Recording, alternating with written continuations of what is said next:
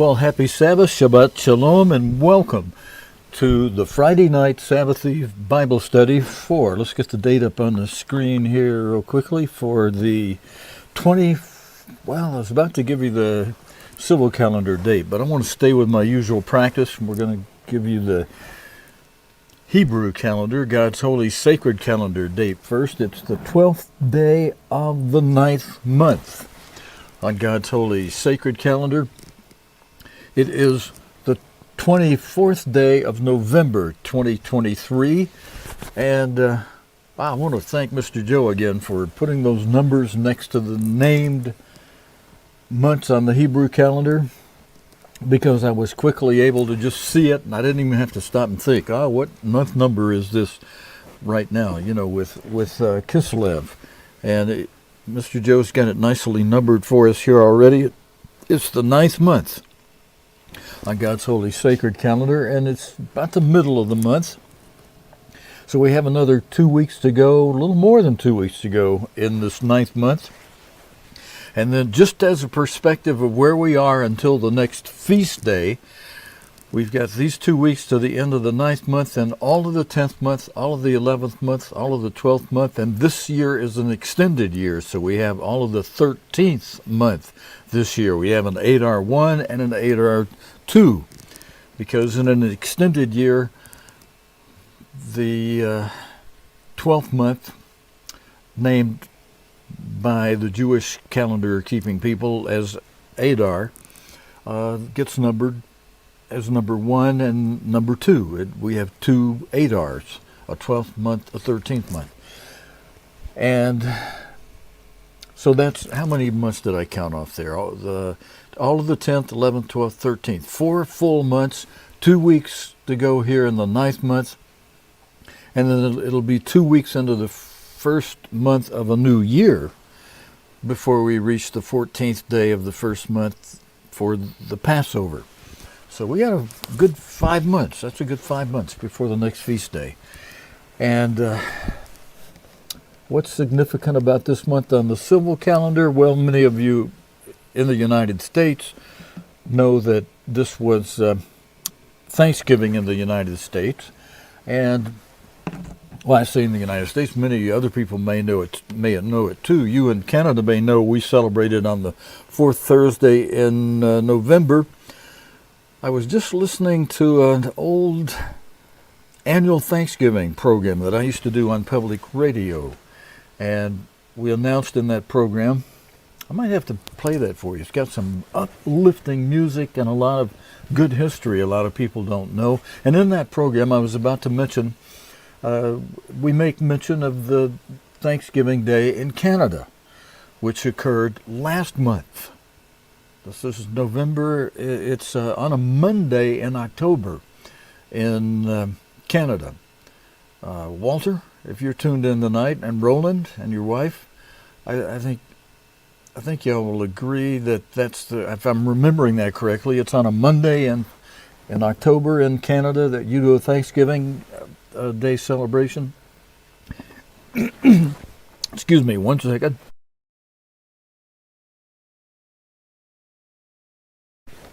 Whew, I think I'm still choking on some of that good turkey. I had it at my brother's house yesterday up in Cullman, Alabama, with my sister. My sister and I drove up together. We got together with family. But I was just saying, Walter, you and Roland may be able to confirm for me that Thanksgiving Day in Newfoundland was actually celebrated before the United States started keeping a Thanksgiving Day. Not the same exact day, because it's 2 different governments involved in passing that. It's a national holiday, and nothing wrong with that holiday. Nothing wrong in giving thanks to God every day of the year. In fact, we should probably even say it a different way. It's a good thing to give thanks to God every day, and not just once a day, but several times a day. And nothing at all wrong with having a national holiday of Thanksgiving, especially both for the United States and Canada and all of the United Kingdom, to acknowledge the great blessings that we're acknowledging because of God's pouring out those blessings as a promise, a birthright promise that he gave, handed down from Abraham through Isaac, down through Isaac's son Jacob, not Esau, but Jacob, whose name was changed to Israel, and then through the birthright promised sons of Joseph, one of the 12 tribes of Israel who received the birthright promise, and it was passed on to two twin sons, Ephraim, who today represents your modern-day descendants of Ephraim in the United Kingdom, and Manasseh, with its descendants largely those of the United States. All right, but now I've got something very special we're going to do tonight. Let's just take a little deeper look at the calendar. Thanks again to Mr. Joe for helping highlight these dates, and he colored up one side of it for us to distinguish, make it easier to distinguish that on one side we're looking at the civil calendar, the Gregorian calendar, part of the Roman calendar on the left side. And then on the right side of the screen, where you see kind of a light lavender, purplish color, God's holy sacred calendar, the Hebrew calendar, on the right side of this page. And this page is from the book by Arthur Spear called The Comprehensive Hebrew Calendar. He's got 200 years of calendars in the book that I have here, and it's got each month of those 200 years, as you see it on the screen here, with the civil calendar on the left side, God's sacred calendar on the right side of the screen. And I was just mentioning, I have a few other high color. Mr. Joe got me going with this. Joe, I kind of change the colors around just a little bit, make it easy for the eye to see that where you see November, we've just got a few days left in November. Then by next Friday night, it becomes a new month on the civil calendar. It'll be the first day of December in 2023. We'll still be in the 9th month on God's sacred calendar, if you look on the right side. And then in the week following that, in the middle of the week, it becomes the first day of the 10th month on God's holy sacred calendar.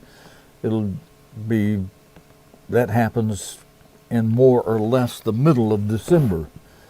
And as you notice, as you go from left side to right side, and you compare when a month on the civil calendar ends and when they begin and end on the Hebrew calendar, you'll see that man, in making his calendar, the Roman calendar, did really nothing, nothing to coordinate and be relative to God's calendar, to the Hebrew calendar, with the one exception of the weekly cycle. Thankfully, they didn't interrupt that. They didn't interrupt the time of day when a day starts. God starts the day at sunset. So as of sunset tonight, it became the 12th day of the 9th month. It was in the middle of the day, more or less, middle of the day, until midnight. It's the 24th of November, and then man's going to change the date at midnight tonight to the 25th of November. It'll still be the 12th day of the 9th month when that happens. We have to use two dates to reference the one day of the Sabbath on God's calendar. Thankfully, when Jesus Christ returns, we are, as he ushers in and restores God's kingdom to this earth, he will be eliminating the calendar of the Roman government that so many nations of the earth have now accepted and adopted, which they had to do because the Roman government is now in the abyss, expected to ascend from that abyss, though, as Revelation chapter 17 and verse 8 says, and as former German Chancellor Angela Merkel of I said it already, of Germany, the former Chancellor of Germany, Angela Merkel, announced in 2019 when she screamed out at the members of the British Parliament, "You people better look into the abyss." Indicating what? Brethren and friends, indicating she understood that there is a government in waiting, a government that existed before, that was mortally wounded, and the whole system is now in the abyss, but it's being healed and made ready for a revival, for a restoration, for its seventh and final time. Verse 10 of Revelation, let's turn there real quickly. We're going to be reading a very interesting article from the Plain Truth magazine tonight. We're going to read an article from the June 1948 edition of the Plain Truth magazine. And if you don't become very excited about what this article has to say and see its relativity to what's happening right now in the world, especially with that war in the Middle East, and some of you, another article from about the Middle East from the past. Yes, and this one, if you like that last one, which many of you told me, wow, what a fantastic article, wait till you hear this one that was written by God's end-time apostle Herbert Armstrong, written back in June of 1948, and I want to get to that as quickly as I can. So let me put this scripture up on the screen from Revelation 17, verse 8, the one that Angela Merkel made reference to by using the word abyss, which is translated in this King James Version as bottomless pit. But and practically the only use of the word abyss today is in the context. It's a Greek word, and it's the word that was originally inspired in the inspired language of the Bible, the Greek language at the time that the Apostle John wrote it from the Isle of Patmos. And the King James Version has rendered it here bottomless pit. Let's read this verse together. Revelation 17, verse 8. The beast that you saw was, and I've explained this before, in more detail, I'll just say the beast that was active between 554 and 1814 AD, and then was not from 1814 to 1936. But it ascended, as it said it would do here, and shall ascend. But it only ascended out of the bottomless pit, out of the abyss, in a forerunner type, in the form of Garibaldi, who set everything up for Mussolini in 1936, after Mussolini got a concordant, a writing from the Vatican, and then invaded Ethiopia and proclaimed himself the new Il Duce, the new Julius Caesar, stating that he had revived the old Holy Roman Empire. And he did, and God inspired his end-time apostle Herbert Armstrong to see it and to write it up in the Plain Truth magazine and to announce it on the radio broadcast, coast to coast in this nation and surrounding areas where we were broadcasting then in 1936. That was before the work became truly worldwide in 1953. So this announcement originated from the United States. This truth, this revealing of a long ago written prophecy that, even though it was written in the present tense, it was a perfect tense to happen in the future, because it wouldn't happen until 1936. But John wrote it on the Isle of Patmos in 90 AD. What would that be? Some 19 centuries before that, some 1900 years before it occurred. That, you'll see it in verse 10. We'll go to verse 10 right after this, and then we'll read that article.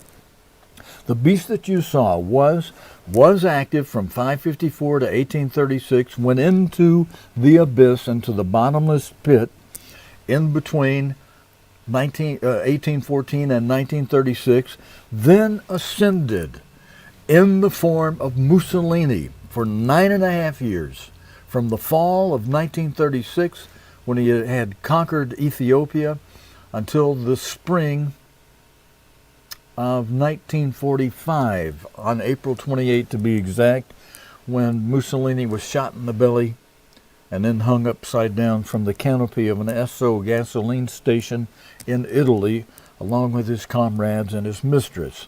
They tied her skirt up and hung her upside down from that canopy of the Esso gasoline station also. And that put the Holy Roman Empire, the beast, back into the abyss, back into the bottomless pit since 1945, the spring, April of 1945, until now, and beyond, because it's going to happen again in a duality, but in a bigger, greater fulfillment that will have the rest of this being truly, fully fulfilled, where it says, after it says that the beast that was and is not and shall ascend out of the bottomless pit. It is not again now, because it's been mortally wounded. Even though Mussolini was killed, the beast itself, the system, the Holy Roman Empire, to be once again revived, is still alive, although wounded. Mortally wounded, but not dead. Healing and about to be revived sooner than later. Can't give you a date, but as you see the events happening around us that fulfill the first 4 seals of Revelation that Jesus Christ explained in plain language in the Gospels and the Olivet prophecy, those first 4 seals are very, very active now. And as Christ said, when they happen, when they become full, when they bloom and blossom, know that the kingdom of God is near. And as we've been explaining, there's a period of between the first 4 active seals and that 5th seal when the countdown will start. The 1335 with the famine of God's word, followed 45 days later by the 1290, when the daily sacrifice will be taken away. And then the 1150 will, as Mr. Armstrong understood it and told us, it starts at the same time as the 1290, but the 1290 counts all the way to the return of Jesus Christ on the 7th trump that you see over on the right side of this chart, with the number 3 for the 3rd woe and the white stripe that says the rising, the resurrection of the 2 witnesses after they've been killed on the streets of Jerusalem and left laying there on the street dead for 3.5 days. They rise to meet Christ in the air at the sound of that 7th trump, after which Christ pours out the 7 vials of the 7 last plagues. And to that moment in time, 1,335 days will have passed from the cutting off, taking away of the daily sacrifice. But 140 days before Christ returns, the 1,150 days will time out. That's the old 2,300 evening and morning sacrifices that the beast does. And we really probably, instead of calling them sacrifices, we should call them sacraments, because they'll be abominable sacraments. The actual sacrifice that is considered holy will have been stopped, and there will be 1,150 days of abominable sacraments done up until 140 days before Christ returns. Now, some of you have told me, hey, Stephen, I'm having a hard time with those numbers.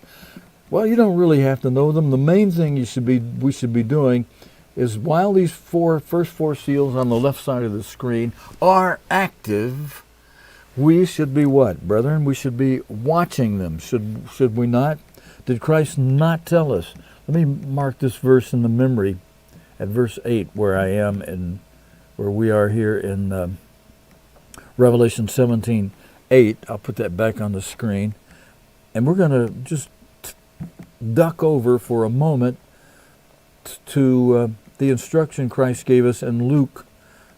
Well, you know what? I already have that in the memory, but I'll punch it up here anyway, since I already started this. In Luke 21, verse 36, Christ gave us an instruction to watch. Let me make sure I have this on the screen. Yes. Watch and pray always. Pray without ceasing. You know, in the article from the Plain Truth magazine of June 1948 that I'm going to read to you tonight, and if any of you would like to have a copy of it, just send me an email. I'll be glad to reply to you with a PDF copy of the entire magazine, or you can research it online. And in the what Mr. Armstrong called his personal in the Plain Truth magazine, the first paragraph, he starts out saying, "Brethren, we need to be watching and praying always." And he explains the whole thing so that we can escape. And in that article, there's another, in that issue, that June 1948 issue, there's another article, because things were such then that you can relax a little bit right now, but not a whole lot, not too terribly much, primarily because we're in a winter where it's cold now. And I'm saying this based on a hope that many of you are praying, as we're encouraged by Christ to do in Matthew 24, verse 20, to be praying that our escape, our flight, that's talked about as an escape here in verse 36 of Luke 21, that escape flight be not in the winter, nor on the Sabbath day. Why not in the winter? Because God is a very loving God, and while Christ was here in the flesh, he was thinking about us and how it's not so, I guess I can say it this way, it's not so hot to be outdoors overnight in freezing cold weather. It's not so hot, is it? But it's also painful to be outdoors on a night when the temperature drops below freezing, below 0 Fahrenheit in Europe, below 30, I said that wrong, below 0 Celsius in Europe, below 32 degrees Fahrenheit in the United States, and other countries that use Fahrenheit references to temperature. You know, when it's below freezing, and if you're outdoors, and you don't have a thermal sleeping bag, you can freeze to death, or get frostbite, and even if you keep moving around in that kind of weather, it can be painful.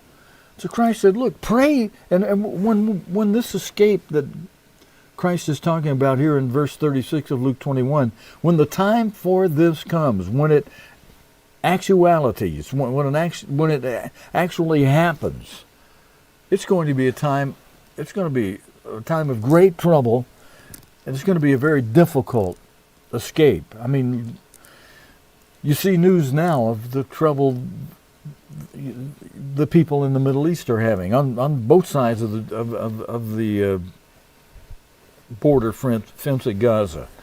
Those the Palestinians in Gaza, and both Palestinians and Israelites in Israel, the little nation state of Israel. We're going to read about the nation state of Israel, and I think you may be as amazed as I was at some of the understanding we will be able to receive about God's position with the people of Israel, the Zionists, the people of Judah in Israel right now. This is an extremely interesting article. So let's get to it. Let me finish this. Let's go back to, did I finish reading that? Watch that and pray always. And there's a promise to this. If you're doing the watching and praying, so that you may be accounted worthy to escape all these things that shall come to pass, and to also be accounted worthy to stand before the Son of Man at his return on the first resurrection, 3.5 years later, after the event we escape, where he says, escape all these things that shall come to pass. He's talking about that shall come to pass with the commencement of that fifth seal, the one right after the first four active seals that we call, that Christ referred to as Great Tribulation, a time of trouble that is so great that no time of trouble since the beginning of the world has ever been as bad as what's going to come. But now, I've gone into detail on that a lot before. So what I want to do is get the scripture. Well, let's go back. Let's finish up. I promised we'd go back to this verse for a moment. Let's finish up verse 8 and read verse 10, and then we'll go to that article. The beast that you saw was active during the 1260 years of its continuous reign from Justinian through Napoleon, went into the abyss with Napoleon's loss of the Battle of 1813, when he lost it in the spring of 1814. So that made it 554 to 1814, exactly 1260 prophetic years that it was active. Then after 1814, for over 100 years, it was not active. It was mortally wounded, but not dead, as the end of this verse says, and yet is. You'll see at the very end of verse 8. And shall ascend, and did ascend, like it says shall do here,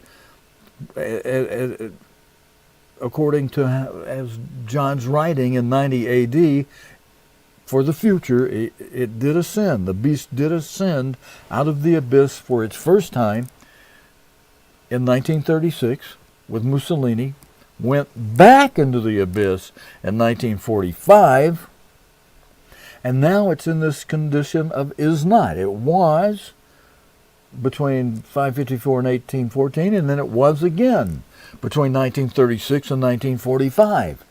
And then in all the periods of time in between that, it was not.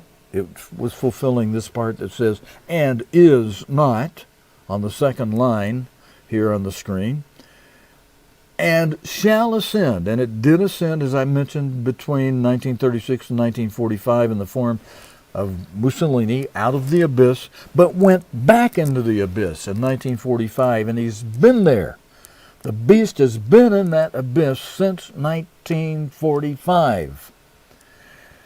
But he shall ascend again, and, as the verse finishes, and go into perdition, such evil as this world has never before seen, such that they that dwell on the earth shall wonder, whose names were not written in the book of life from the foundation of the world, when they behold the beast that was, again from 554 to 1814, and was from 1936 to 1945, and in between then is not, and yet is. Even now, yet is, because that beast is in the abyss, healing, ready to ascend for its last and final time, for the seventh and final restoration of the Holy Roman Empire. You'll hear Mr. Armstrong mention that in the article we're going to read from the Plain Truth magazine in a few moments. But let's go take a look at verse 10 of Revelation 17 that explains there are 7 kings or 7 dynasties of the Gentile kings for this Holy Roman Empire, this emperorship, this empire of the beast. And it began with Justinian as the first of these 7 kings, who in 554 A.D. restored the imperial form of government to the Roman Empire. And imperial form of government meaning there's a religion involved with it. There's somebody else who appoints the emperor. He's under someone, an imperial form. And that one he's under is a religious leader. It was the Pope of that time in 554 A.D. who held the coronation ceremony for Justinian, who crowned Justinian. And then same through the following 5 that are fallen, Justinian through Napoleon. Justinian was followed by Charlemagne, who was crowned by a pope, who was followed by Otto the Great's dynasty, who was crowned by a pope, who was followed by Charles V. He was the 4th of these 5 kings that are fallen, who was crowned by a pope. And then Napoleon was the fifth of the five that are fallen. And he had the Pope present, and the Pope was planning on crowning Napoleon. And you really do count it as a coronation ceremony conducted by a Pope. But the impatient Napoleon, as history tells us, grabbed the crown out of the Pope's hands and put it on his head himself. Now, if he'd have just been patient, a little more humble, he would have had the Pope put the crown on Napoleon's head. But he didn't like all that, I guess all that long talk or whatever. He just grabbed the crown out of the Pope's hands and put it on his own head. That's the history and the character of Napoleon. And he lost that battle of 1813 in the spring of 1814. He tried a massive comeback effort after garnering up a new army, spent a year garnering a new army. And in 1815, after he lost the Battle of 1813, in 1814, the spring of 1814, he comes back a year later in 1815 with a newly formed army. And at the Battle of Waterloo, he tries to win back the empire. But as history tells you, it was his Waterloo. You know, and that's where the expression actually comes from, when people say, oh, when you have a great failure of any kind, people will often refer to it as, you lost, that's your Waterloo. Your Waterloo lost. That expression comes from Napoleon's loss at the Battle of Waterloo. It was a massive defeat. Terribly unexpected defeat, but God revealed to the Brits, to his, Napoleon was from France, so he was from the tribe of Reuben, and his brother Ephraim, the Brits. God revealed to the Brits Napoleon's modus operandi in battle, so that they were able to circle him. And the two fronts he would design to go after, they knocked them both out from front and behind. And he lost. And it was a major, unexpected, major loss. So that's why people today talk about, your Waterloo, if you have some big failure in your life. And hopefully none of you do. Or if you have, you'll, like Babe Ruth, who held the strikeout record. Pick yourself up, dust yourself off, and get up to bat again. And in Babe Ruth's case, he came out with the home run record. But he had more strikeouts than he had home runs. So if you've had a lot of losses, don't worry about it. All you need sometimes is one great home run and turns everything around for you. But we've got to keep doing that every day, while we're in this flesh. We have to do it every day.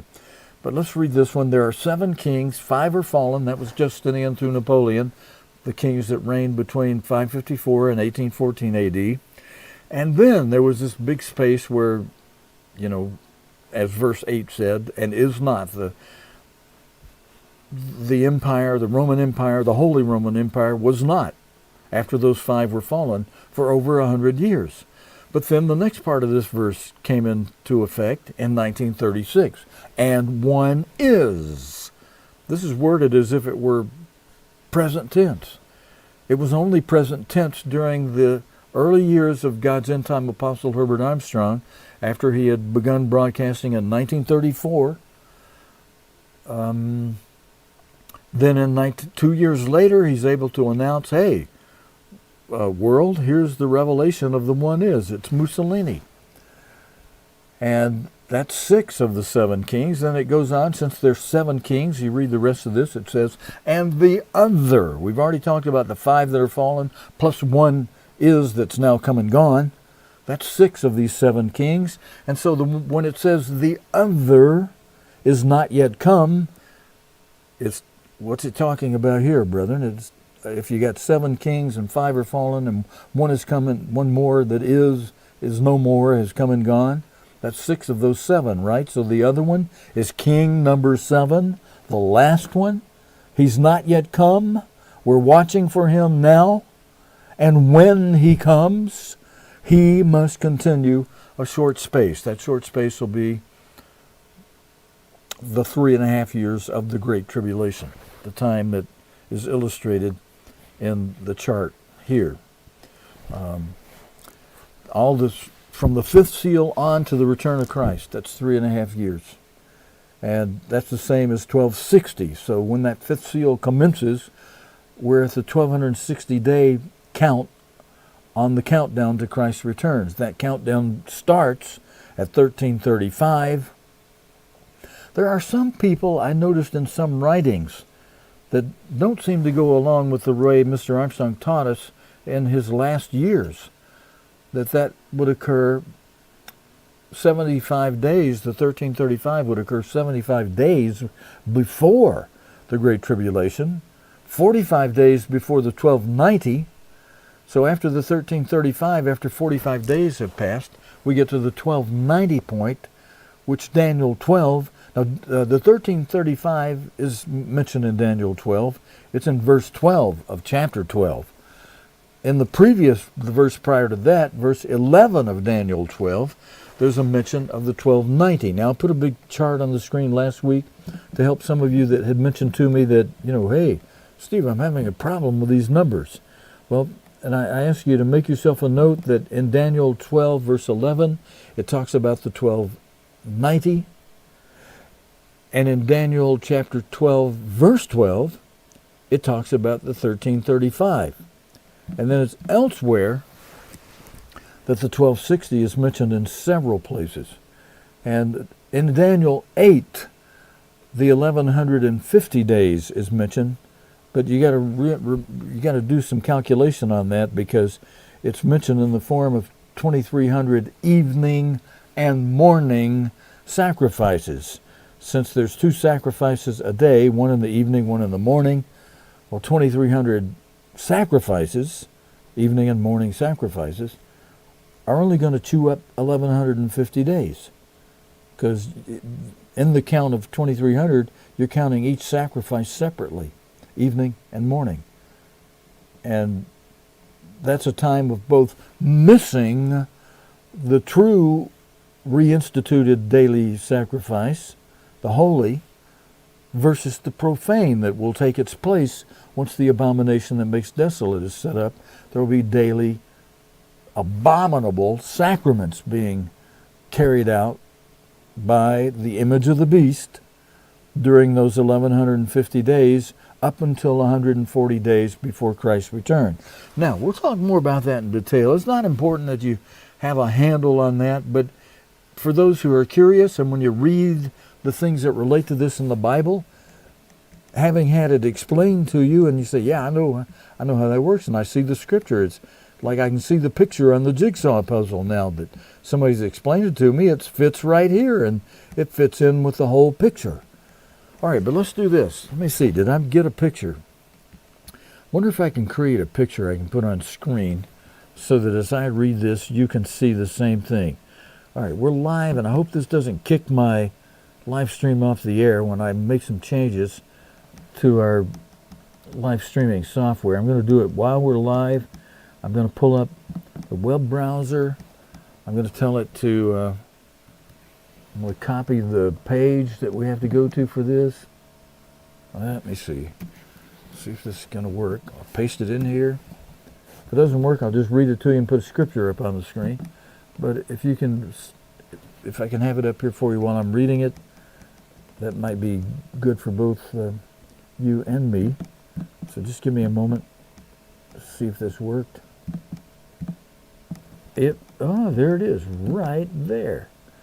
And only thing is, what I need to do is just give me a brief moment, brethren. We'll get to this and start the reading of this article. What I want to do is resize it so it fits the whole screen. And while I'm doing this, let me give a shout out to some of you. I had a wonderful time with my family on Thanksgiving. If some of you are wondering about that, yes, I did indeed. My sister and I had an enjoyable drive after we recovered from getting lost just a little bit. We had a wonderful drive up north on 65 to my brother's place in Coleman, He's got a beautiful place. He's got 2 lots. On one of the lots, he's built a big, beautiful home on the lake. He sold another home he had down the way on the lake. He was going to build a smaller place. And as we visited him, we said, well, wait a minute. This place you built's bigger than the one you had. He built it himself and, and spent a couple of years building it. I guess you can just keep building and keep building and keep building it. And his 3-level garage is bigger than a lot of people's homes. I'm happy for my brother. And he shares his place with others. And we had a delightful time giving God thanks for the many blessings God's poured out on this country as a blessing to the birthright sons of Joseph. Ephraim in the United Kingdom, Manasseh in the United States, and for those who were able to do it and maybe spend time with your family, I'm sure you had a wonderful time too, and hopefully you were remembering the blessings God gave through Isaac, from Abraham and down to Isaac's son Jacob, again whose name was changed to Israel, and his sons, especially the birthright sons of Joseph. They got the birthright promises. And while I'm ad-libbing to you, I'm sizing this thing.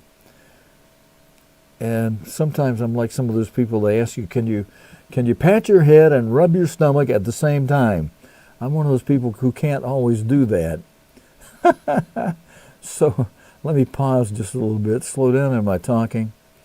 And I just about got this sized. And we'll see if you can see it okay.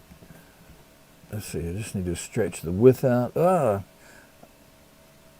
I hit the height instead of the width. Okay, now here's the width. And I could have put it on the screen, let you see the mess I'm making here. No, we're getting it. Or could have let you see it while I'm doing it, but maybe it'd be better just to show it to you once I've got it. I just about got it. Oh, I keep hitting that wrong button. They didn't put these in the place I would have intuitively thought they should go. Oh, okay. Yeah. All right. This particular mouse is kind of hard to work at, but I got it. Let me see if we can switch it on the screen, let you see it. Here's the plain truth that we're reading from. It is the June 1948 edition, and I know this may be a little smaller than you can see unless you're able to really pinch your screen up. But if Mr. Armstrong references a scripture, I'll be cutting over to a scripture anyway. Let me go ahead and line up. I know where one of the first scriptures is. I have it in the memory. I'm going to go ahead and punch back to it.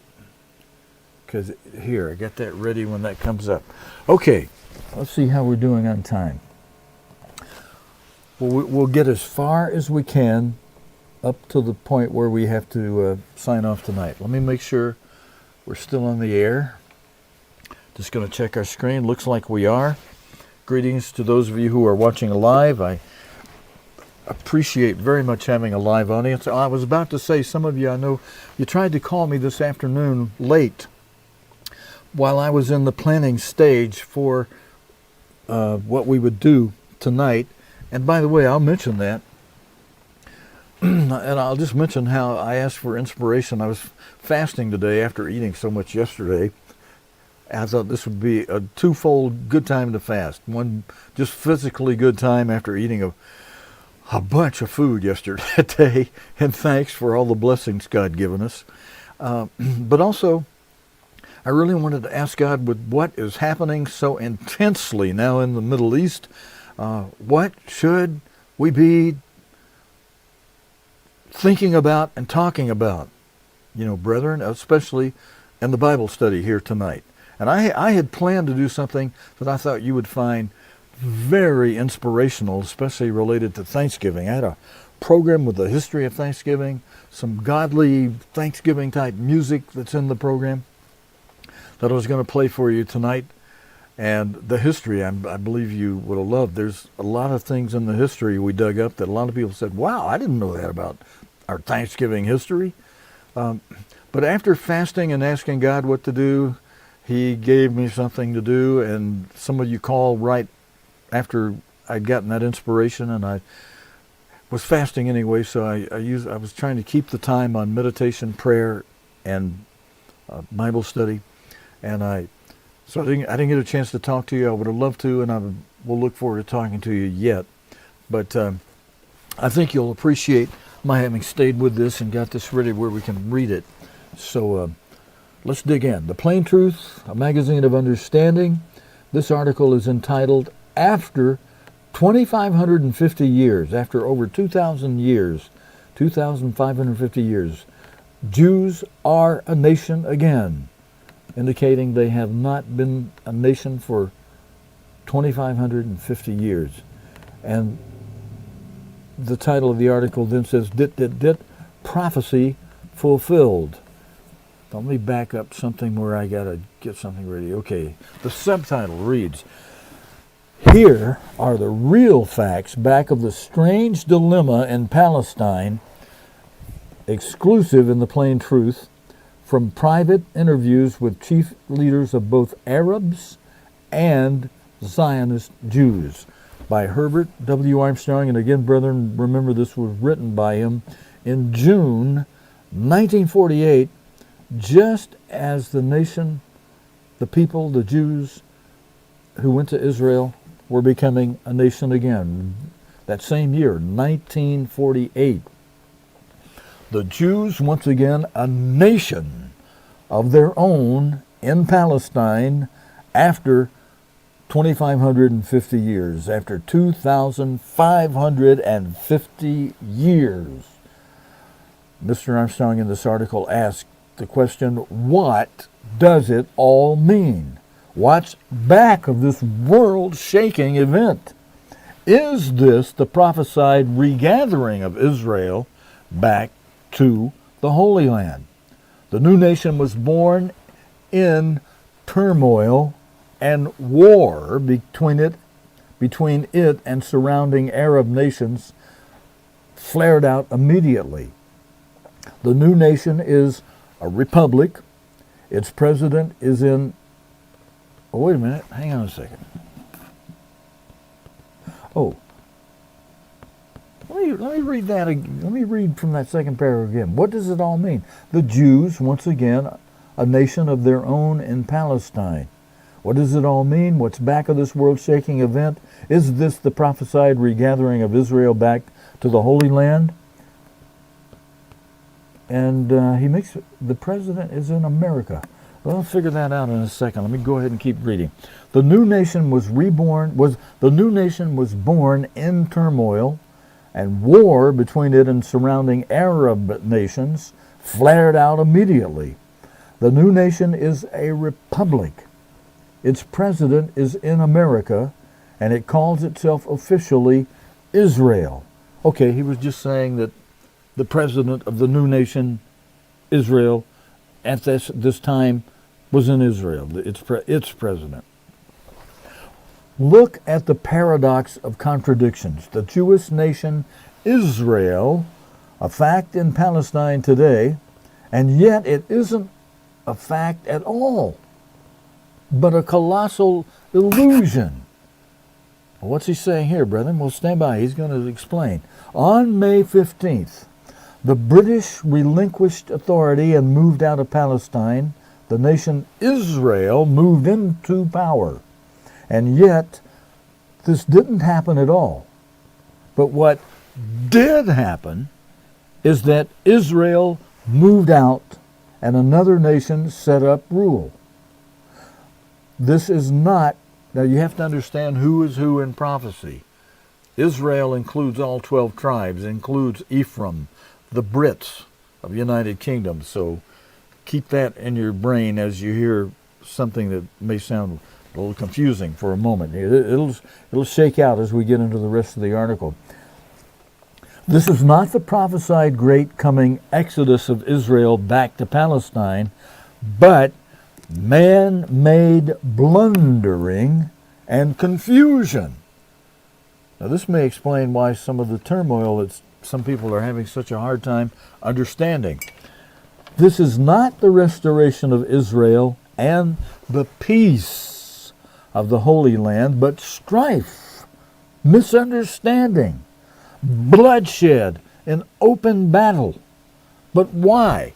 Why do the Arabs so desperately fight against this new Israel? Why do the Arabs so desperately fight against this new Israel? Why do the Jews with such fanatical fervor sacrifice lives and money for it? What is prophesied, and what does this have to do with it? To bring you the true answers, as Mr. Armstrong says here in this article, in the plain truth. The plain truth behind the news you read in newspapers and hear in newscasts. I went to San Francisco, Mr. Armstrong says, to interview the man in charge of Palestine relations for the Arabs, Sheikh Hafiz Wahba. Now, he's not the same Hafiz Wahba that died in 1967, who had retired in 1966 after having been a diplomat for Egypt and Saudi Arabia and all that was involved there. He spells his last name, even though pronounced the same, he spells it with an H, W-A-H-B-A, has the same first name. This Hafiz Wahba spells his last name W-A-B-B-A. And Mr. Armstrong met him in Romania sometime later. We'll cover this in a moment. But he saw him the first time in London. In San Francisco, and then later in London for another interview. I went to New York for a 3-hour interview with Itzhak J. Karpman, Executive Director of World Confederation of General Zionists, and the amazing, almost unbelievable truth from prophecy we bring you direct from the Bible. Why the Arabs fight. My first interview with the Sheikh of Arabia was at the San Francisco conference in 1945. The interview was arranged 2 days in advance. At the appointed hour, I was ushered into his office in the Fairmont Hotel. I found him attired not in the flowing robes in which the Arabian delegation had so intrigued San Franciscans, but in an ordinary American business suit. He received me very cordially and spoke good English. With Prince Faisal, he was the leader of the Arab delegation and the man in charge of Palestine relations for the Saudi Arabian government. Why do the Arabs oppose the Jews in returning to Palestine, I asked. We do not oppose the presence of Jews in Palestine, he corrected me. We only oppose further and unlimited immigration of Jews into Palestine. But the Jews claim Palestine as their holy land, Mr. Armstrong, I said. They believe Almighty God promised that land to Abraham, and that they are the children of Abraham, and therefore that Palestine belongs to them by divine right. Now I understand the Arabs are also the children of Abraham, descended through Ishmael. Do you believe that, Mr. Armstrong asked the Sheikh, and claim the right to possess Palestine on that grounds? We, the children of Abram, he replied, pronouncing it Abram, with accent on the last syllable, Abram, and we are descended through Ishmael, yes. And Ishmael was the firstborn son of Abram, and therefore the rightful birthright holder, and heir to the land promised Abram. But, and he emphasized the point, but we do not present our claim to Palestine or oppose further and unlimited Jewish immigration on those grounds. Then he explained the Arab position, and he gave me an unanswerable argument. Yet the Zionist director in New York later gave me a sizzling answer to the unanswerable argument. Now let me advance I'm reading from a page that part of this page that you can't see. Let me see if I'm able with this mouse button to advance. Well, let's see, I can't do it there. I want to advance this on the screen so that you can see where I am on the page. Okay, there. Well, let's see. Oh, I got this button cutting off the bottom part. Okay. Well, I'll tell you what, we may just have to keep that headline up on the screen, and I'm just going to have to read to you for now, brethren. I was not able to advance it like I hoped I would, but just follow along with me. It's probably so small you really can't see the text anyway. All right, let me put it this way. The sheik continued. How long have you Americans been here in California? When did your first white men come here? Only some 300 or 400 years ago, I replied. Mr. Armstrong replied to him. Exactly. And you have only been established as a government here a much shorter time than that. Now, you are still at war against Japan. This was in the spring of 1945. So yes, World War I in the Pacific theater was continuing between America and Japan. A considerable number of Japanese had immigrated into California before the war and established homes here. You did not object or fight against this limited Japanese immigration and residence here, just as we did not, and for a long time, against the Jews into Palestine. But now, suppose the Japanese wanted to increase their immigration into California until there would be more Japanese than Americans here. And then they also demanded that you let them take over the state of California and set up a new Japanese nation here on your soil. Tell me, would you oppose that? Would you call out your armed forces to fight against it? Mr. Armstrong answered the man by saying there was only one answer to that. Of course, the United States would fight to prevent it, with all the power and resources of the nation, if need be. Would you think you were right in doing so? He asked. We would. Well, he explained, the Arabs have lived in and had possession of Palestine for thousands of years. Our homes are there. We didn't object to a few Jews coming into our land. We know that they brought us many benefits. They've brought with them money, energy, industry. Other people have benefited by the additional prosperity and other benefits. Our people have benefited by the additional prosperity and other benefits they've brought us.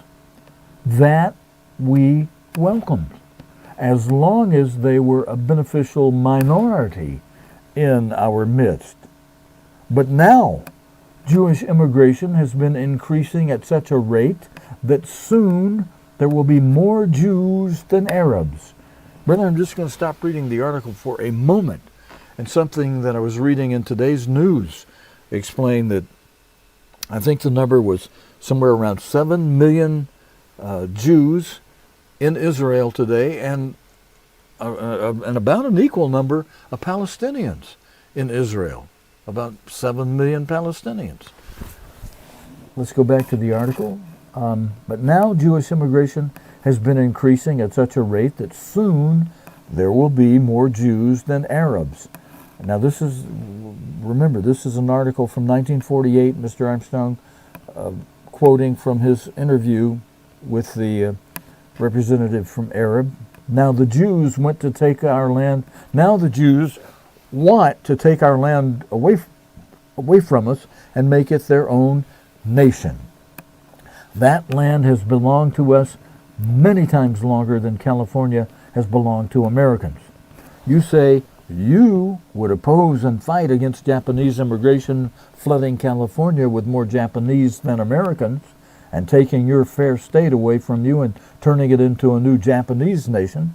Well, that is exactly why we oppose further Jewish immigration and will fight to the last man against the Jews, setting up a nation on our land. And Mr. Armstrong then says, there is his unanswerable argument. Can you answer it?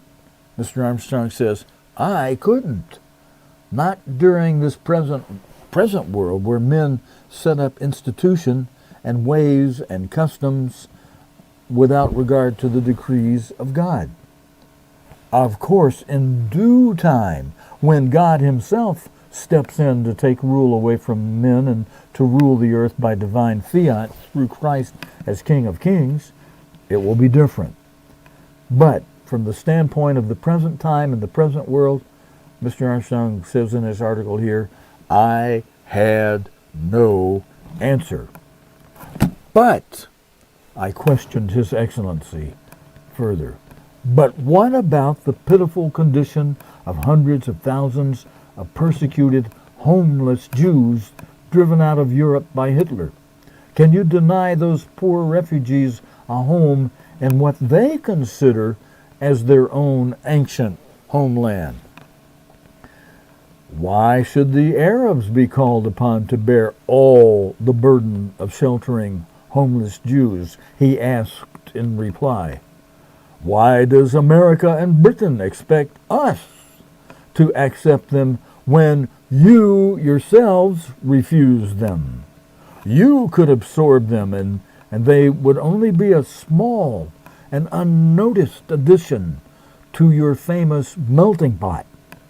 But every other nation on earth turns these homeless Jews away from its borders and then expects the Arabs to take them all into Palestine, where they would then outnumber Arabs and take our country away from us. Is that right? Is that the international justice? In London, Mr. Armstrong goes on in his 1948 article to say, late February 1947 in London, Mrs. Armstrong and I were specially invited by the Arabian plenipotentiary to a royal reception in honor of the Crown Prince Emir Saud, eldest son of King Ibn Saud, Ibn Saud. After the other guests and we had been formally presented to His Royal Highness, I had a few words once again in private with Sheikh Hafiz Waba. If only Great Britain, America, and all the other nations would quit interfering and stirring up all this emotional feeling in favor of more and more Jews going to Palestine until they drive our people out, we would have no troubles at all in Palestine. The fires of trouble are being fanned by the interference of other nations and their sentimental and unthinking emotion about the Jews becoming a nation in Palestine. Stop all this propaganda and interference by so many nations not directly concerned, and the Arabs and the Jews will get along all right together in Palestine, the Sheikh said. And there again, the Sheikh put his finger directly on the source of the trouble. So many nations not personally concerned, burdening themselves with Palestine. Now remember, this is an article in 1948. Yes, things may have somewhat changed. Continuing, prophesied fate of these nations. Do you know the prophesied fate of these nations who interfere in a quarrel not their own? Listen, the burden of the word of the Eternal for Israel, saith the Eternal, behold, I will make Jerusalem a cup of trembling. Let me get this on the screen for you, brethren. I've got this scripture ready here from Zechariah 12, verses 1, 2, and 3. Let me read it from here so that I keep it in sync. The burden of the word of the eternal Lord God for Israel, saith the Lord, which stretcheth forth his hand, the heavens, and layeth the foundation of the earth, and formed the spirit of man within him. Behold, verse 2, I will make Jerusalem a cup of trembling unto all the people round about, when they shall be in the siege, both against Judah and against Jerusalem. And in that day will I make Jerusalem a burdensome stone for all people. All that burden themselves with it shall be cut in pieces. Though all the people of the earth be gathered together against it. I'm going to read that again, brethren. I read that directly from the scripture. I'm going to leave the verse 3 on the screen and read it from the article again. Listen. The burden of the word of the eternal for Israel, saith the eternal. Behold, I will make Jerusalem a cup of trembling unto all the people round about, both when they shall be in siege, both against Judah, the Jews, and against Jerusalem. And in that day, all right, that's verse 3 that's on your screen now. And in that day will I make Jerusalem a burdensome stone for all people, all nations. All that burden themselves with it shall be cut in pieces. Mr. Armstrong emphasizes in the verse, though all the people of the earth be gathered together against it. This next section is entitled, The Jews' Answer to the Sheikh. But what is the Jewish view on this question? Have they an answer to Sheikh Hafiz Waba's unanswerable argument? In New York, returning from Europe, I spent nearly an entire afternoon in conference at the American office of the World Confederation of General Zionists with Ishak Isaac, which is the name for Isaac J. Karpman, Executive Director of the World Confederation.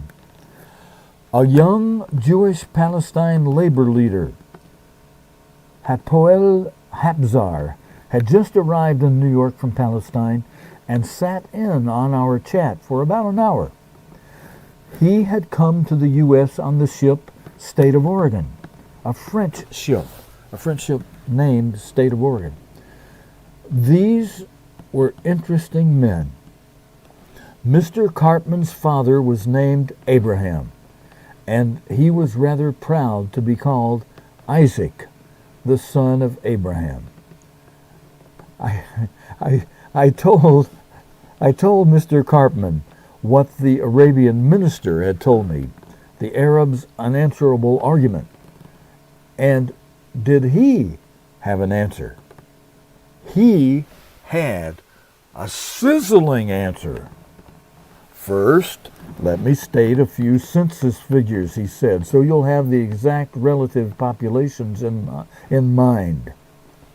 According to the 1944 official Palestine census, there are 1,750,000 total population in Palestine, just a little less than 2 million.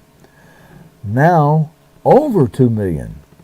So since the 1944 census, official Palestine census, when it showed just 1.75 million total population, at the time they set down in New York, there were now over 2 million.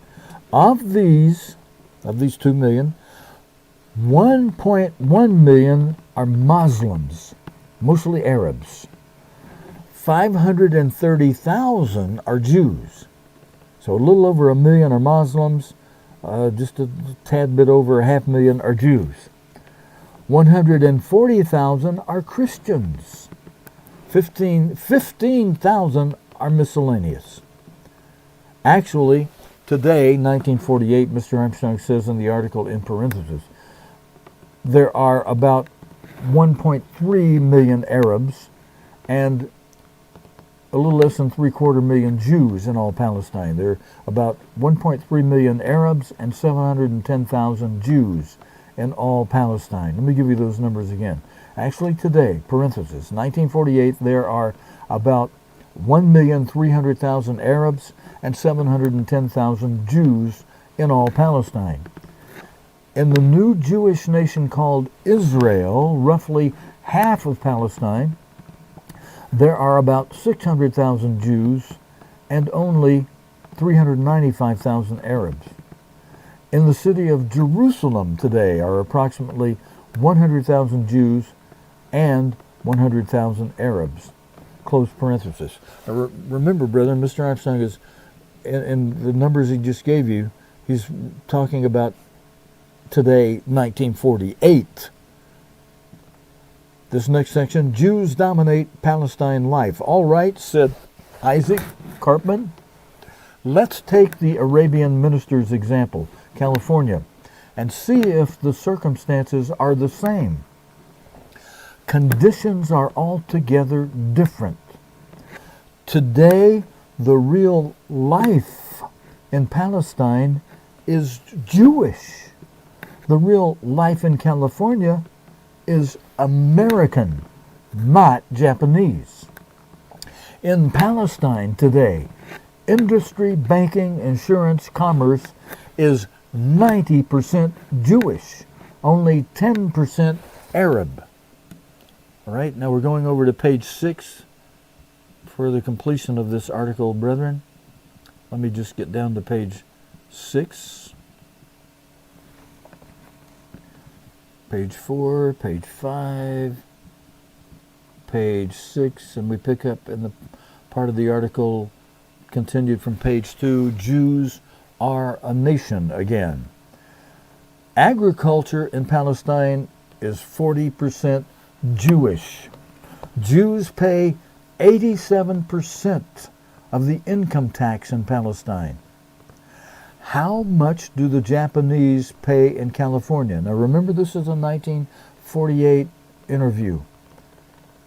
Now, let me tell you what Hadassah has accomplished. Hadassah is the Women's Zionist Organization of America with 220,000 members. Since 1920, they've been caring for the health and hospitalization needs in Palestine. They maintain in Palestine a large organization of social workers and spend $4 million a year in bringing about better health and sanitation conditions in Palestine. Now there are more than 300 million Arabs, only about 1 million of them are in Palestine. But because of the charitable work of this Jewish women's organization, the highest birth rate and the lowest death rate of Arabs in the world is in Palestine. These conditions are terrible in Egypt, Iraq, Syria, and other Arab nations. How Jews feel about Palestine. If a Jew feels he is a Jew, continued the Zionist executive director, if he's connected with Jewish people, he feels a connection with Palestine. All Jewish life through all the history of the Jewish people has centered around Jerusalem and Palestine. All Jewish education has instilled in Jewish people a definite connection with Palestine. From childhood, all Jewish boys and girls have been taught of the glory of Jewish people in ancient Palestine, the glory of God in a separately interwoven. I misread that, I'm sorry. The glory of God is separately, let me correct myself again. The glory of God is inseparably interwoven with the glory of Palestine. Palestine is the Jewish religion. I'm sorry, brother, let me pick back up. In fact, let me read that entire paragraph again, since I kind of flubbed that. Let me read it, that same paragraph from the top. Continuing, quoting the man. Let's see, are we quoting the man or the woman here? Just a moment. Let me make sure. Well, I have to go back up to page 2 to tell you that. I think some of you remember. He's going to mention who I'm quoting again in a moment. We'll figure it out. All Jewish education has instilled in Jewish people a definite connection with Palestine. From childhood, all Jewish boys and girls have been taught of the glory of Jewish people in ancient Palestine. The glory of God is inseparably interwoven with the glory of Palestine. Palestine is the center of Jewish education, of Jewish religion, of Jewish culture, of Jewish family life. It is the very heart of the Jew. It means his life. To separate our people from Palestine would be to tear our hearts out. The basic Jewish law of family life, of social relationships, of religious life is laid down by the Sanhedrin, inseparably connected with Palestine. For many centuries, our people have been scattered, driven from nation to nation, scattered all over the world with no national home or nation of our own. But through all these centuries, the Jews have felt that they were exiled and driven cruelly from their home, Palestine. All these centuries, Palestine has been in their hearts, their home, from which they were temporarily driven. It is the only national home and center of the Jews. But Palestine has never been the national home or center of the Arabs, but just a small part of their territory, just a place where a small part of them have settled and lived. Mr. Waba's California illustration is not a fair comparison at all. And it was Mr. Cartman speaking, and as Mr. Armstrong explains now, and Mr. Cartman waxed almost vehement. The Japanese have their ancient home in Japan. If such an absurd event should happen as for them to ask for California for a new Japanese nation, such demand would have no basis whatever. But we have every basis for demanding Palestine for our home. Or, I suppose he might say the Indians might demand California back as their national home. The Indians were there before the white man, but the Indians had never developed California. The Jews did, and are now developing Palestine. But the Arabs never did, and are not now developing Palestine. California never was the center of Indian life, religion, and industry, or any semblance of national life. There's no comparison whatever. Now, do the Jews have any right to be in Palestine today? 52 nations gave Jews right. Now, do the Jews have any real right to be in Palestine today? The Arabian sheikh doesn't want to base his claims on the Bible because he must know God rejected Ishmael and gave the land to the descendants of Isaac. But aside from the Bible claim, let us look at our rights in Palestine based only on authority of modern nations and conditions as of today. Remember, we're in 1948 when he's speaking. Palestine was open to Jews after 52 nations decided, League of Nations. They had a right to go there and create a Jewish national home in Palestine. And these nations based this right on the Bible, on Jewish history, Jewish life, etc. 52 nations gave us that right. In 1922, that's when we're speaking of right here, in 1922, there were only 85,000 Jews in Palestine. As a result of the Balfour Declaration and mandate from 52 nations, We brought in 600,000 Jews, but at the same time, 600,000 more Arabs also came into Palestine. So they would still outnumber us. So actually the Jews brought 600,000 Arabs into Palestine. Neither the Japanese nor the Indians ever brought 600,000 Americans into California. Now the rate of Arab immigration into Palestine from Egypt, Iraq, Syria, Transjordan, Lebanon, Yemen, etc. is greatly increased. Transjordan is 4 times as large as Palestine. In 1922, it had 300,000 population. It's about the same today, just a vast desert. But the Jews have brought 600,000 Jews and 600,000 Arabs into Palestine. They have brought prosperity and progressive life into Palestine, ample employment, highest standard of living, good health, removal of swamps and malaria, which killed so many Arabs before we went back there. We brought all these benefits and blessings to Arabs as well as to Jews. There is room in Palestine for all homeless Jews of the earth and without any harm to Arabs. And no other country will accept these homeless people.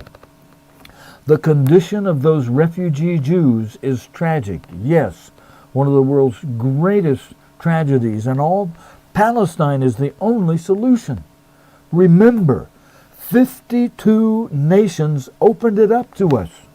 No other nation will open its doors to us. It will not injure the Arabs, nor even alter the proportion of population, since every Jew also brings another Arab into Palestine. And every Jew also improves living conditions for that additional Arab who moves in to keep him outnumbered. We are benefiting, not harming the Arabs. Now, where else are our tragically homeless people to go? The United States will not take in the Jews. In South America, Brazil receives 7,000 Italians, but no Jews. They don't want us. Jews can't demand that other countries take in our people, but Jews do have a right to demand that Palestine, which 52 nations said Jews have a right to enter, should receive us. Remember, the condition of these homeless Jews is pitiful, yet as soon as they are admitted to Palestine, they become part of the busy, industrious national life there and become useful, energetic, productive citizens. They are no longer a pitiful burden to anybody. They are now a great help, even to the Arabs. What Arabs and Jews did in World War. Prior to World War I, there was no independent Arab nation. All Arab peoples were under Turkey. The Zionist leader was far from finished. Now, we've still been quoting the Zionist leader, and he goes on. After World War I, the Arabs got independence. Egypt, Saudi Arabia, Yemen, etc. They are still just deserts and just backward, undeveloped people, but they were made independent. They didn't contribute anything to the war, but they got independence. The Jews participated in the war in the U.S., British, and other armies, played an important part. There was a special Jewish legion in World War I, and yet all our people got out of it was the right by 52 nations to have a national home in Palestine. Now look at World War II. 1.5 million Jews participated in Allied armies. The Palestinian Jewish Brigade fought in the desert and in Italy against Rommel. It was help supplied by Palestine Jews which actually turned the tide of the entire war in the Allies' favor at El Alamein. One of our greatest war correspondents wrote a book about Jewish participation called Our Forgotten Ally. Yes, America and Britain seem to have forgotten their Jewish ally. But now what did the Arabs do? Arab leaders brought the Nazis into Iraq, Syria, and Lebanon. The British had to force Egypt to change its government from pro-Nazi to King Farouk. No Arab country declared war or entered the war against the Nazis until 3 months before VE Day, and then only to get a place in the United Nations. Arab leaders from Palestine, Iraq, and Syria flew to the side of Hitler in 1941 and 42 and worked with him and helped him slaughter Jews. The British have brought back to Cairo the Arab Nazi leaders who worked with Hitler in Berlin through the war, but not one of them has been so much as tried. 6 million Jews were slaughtered in Europe. My family was all killed, and so was mine, interjected Hapiel Hatzar. Only 1.25 million of these European Jews remain alive, and now today everybody is worried about how to feed the Nazis and care for the poor defeated Germans. But these Jews are still homeless, and no nation will admit them.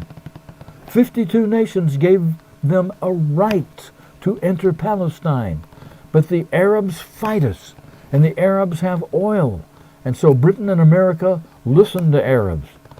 After this last World War, the Arabs got additional new independent nations out of it. Iraq from the British, Syria from the French, Lebanon from the French, and Transjordan under British and French. All given independence. And what for? As a reward for helping Nazis during the war.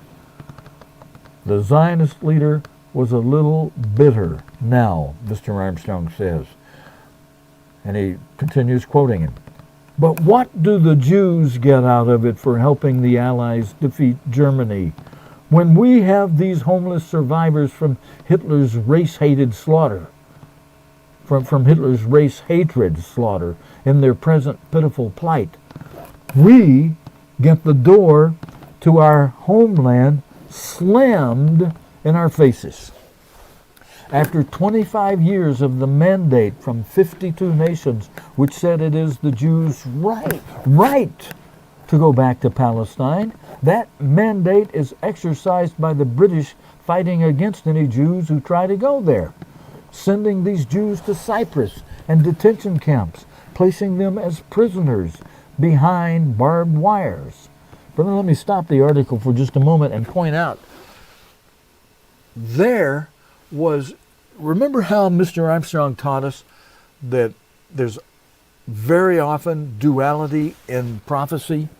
There is a prophecy in Isaiah chapter 9 and verse 21. Let's go there for a moment. Let's pause from this article. We're actually out of time for this Bible study tonight. I may have to finish this article in the morning, but where we're pausing at the moment is a good place to go to Isaiah 9:21. As we see, Britain was overriding and exercising authority over that area it had commanded. It preempted the right given to the Jews by 52 nations and sent them away, like the article was saying, like the man was quoting, to Cyprus and other places as prisoners. They didn't let them come in there. They were already fulfilling this verse from Isaiah chapter 9 and verse 21. That is a prophecy that there will be some dual fulfillment of. It was just kind of maybe a light forerunner type fulfillment back at this time that's being quoted, but there's going to be a much greater fulfillment in the future. Did I get 9? Let me go back to the chapters. We need chapter 9 of Isaiah, and we're going to verse 21, the last verse of Isaiah. Let me get it up on the screen for you. And Isaiah 9:21, this prophecy where Britain, the United Kingdom, and the United States are going to turn against their brother. And there was a forerunner fulfillment of this by Ephraim back at the time of this article where we were just reading. It's going to happen again. Manasseh, Ephraim, and Ephraim, Manasseh. When you know who's who in prophecy, the two birthright sons of Joseph, Ephraim and Manasseh. Ephraim today in the United Kingdom, Manasseh today in the United States. This prophecy is telling us, and they together shall be against Judah. We saw Ephraim's hand against Judah at this point in the article. I think it was referring to the time from 1922 to 1948. And we're going to see it again in a much bolder way. You know, they backed off in 1948 and then let the Jews come on in and have it. Britain was trying to even keep control of it then, but the Jewish people said, no, look, if we're being given this by the United Nations, after having been given it by the League of Nations, we'll fight for ourselves. You know? And they were willing to share it and split it. But the Arabs refused to split. And the interference that Mr. Armstrong's talking about in this article by other nations who keep trying to impose a two-nation state on it. The Jewish people, Israel was willing to go along with it, but the Arabs keep refusing. And why? Because of their river to the sea philosophy of we don't want to acknowledge the existence of these people as a nation here. You know? They claim it for themselves, and they claim that God promised that promised land to the descendants of Ishmael. And they printed that up in the book called the Quran.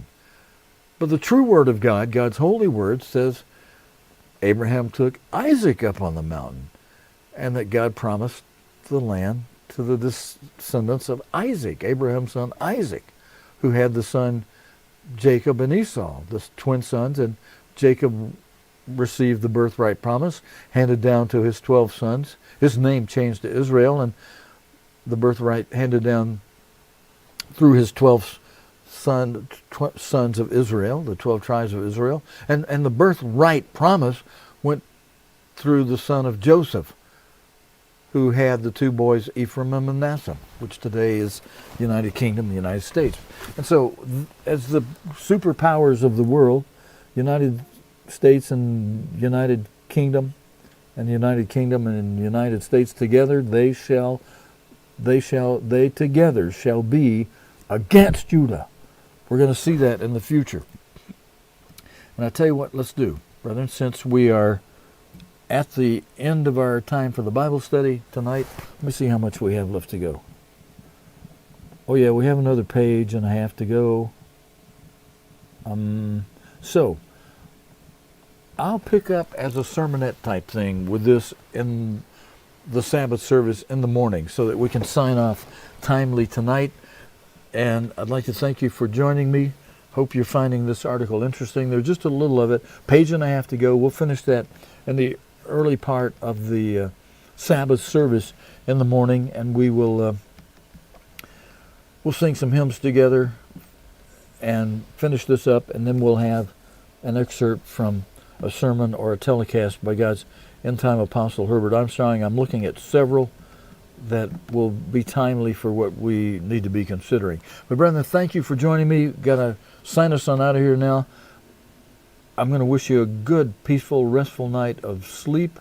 Very happy, wonderful, restful time between now and the morning, and invite you to join us back here again for the Sabbath service. That'll be 10:30 a.m. Eastern Time, 3:30 in the afternoon in the United Kingdom, 5:30 in the Middle East and Israel. Until then, brethren, thank you again for joining me. Stephen Lloyd Gilbreath saying, Happy Sabbath, Shabbat Shalom.